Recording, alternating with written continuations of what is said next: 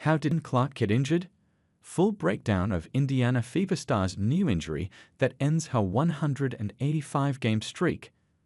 Caitlin Clark doesn't sit out a game. She just doesn't.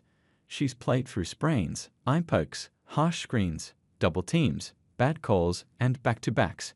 Whether in Iowa black and gold or Indiana blue and red, you could always count on seeing no 22 on the floor. Until now. For the first time in 185 games, spanning her 4 iconic years at Iowa and her WNBA rookie run, Clark will miss a game. Not for rest, not for load management, but because something finally gave. And if you've been watching closely, the signs were always there. Just a few nights ago, Clark went 0 for 5 from 3 against the Dream.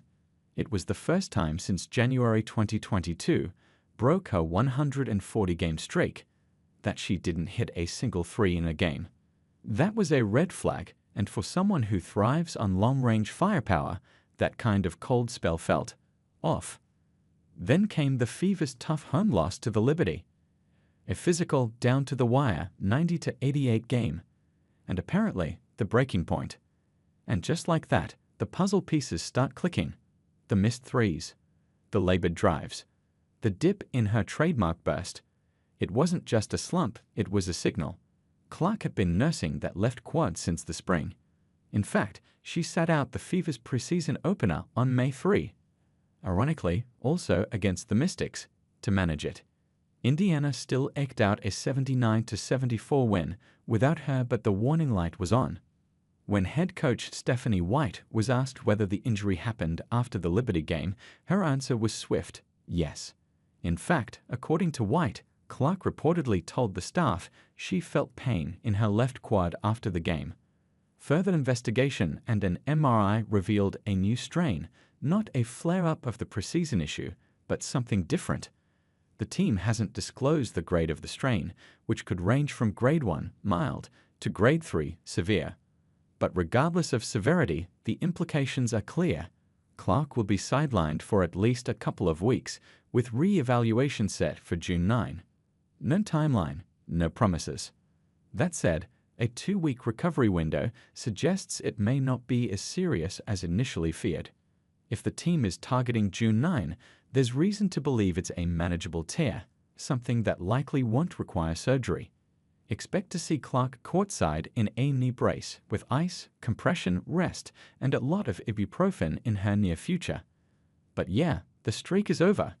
For the first time since high school, Caitlin Clark won't be in uniform on game night.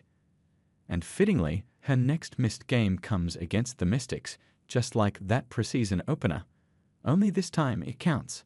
But let's be clear on one thing, the Fever need her. Badly.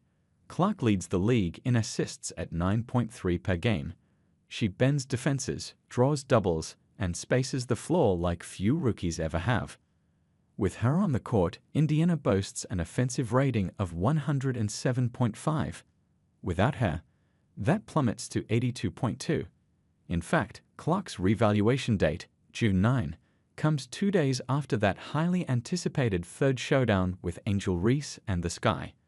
White, for her part, is taking this as a challenge to showcase Indiana's depth. This is a test, White said. A test of adaptability, of who rises when the star is out.